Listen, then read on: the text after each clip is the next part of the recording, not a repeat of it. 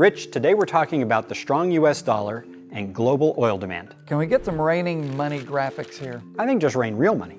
Anyway, we're talking about it because the EIA has recently trimmed its forecast of global oil demand growth.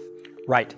It's worried about economic growth in emerging markets like India, Turkey, and Argentina. This worry comes from the strength of the dollar, which has recently been rising versus the euro, the yen, the rupee, the lira, and the list goes yuan and yuan and yuan. The dollar is rising in part because the Federal Reserve is lifting interest rates in the US in order to head off inflation. And since oil is priced in dollars, a rising greenback lifts the price of oil in most countries. Yes, in some countries, the price of oil today is almost as high as it was back in 2014. And this will trigger price-induced conservation, which diminishes the rate of growth in oil demand. Another factor is that many emerging markets have taken on a lot of debt in recent years, and that debt is denominated in US dollars. Unlucky as it is, as interest rates rise and the dollar increases in value, it becomes more difficult for these countries to repay their dollar loans. So, central banks in these countries are forced to raise interest rates in order to support their local currencies, but that comes at the risk of slowing down their local economies. And slower economic growth again means slower growth in these countries' oil demand. So, strong dollar means slower oil demand growth.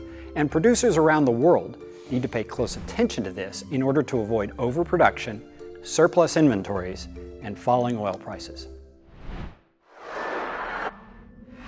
Audio Jungle.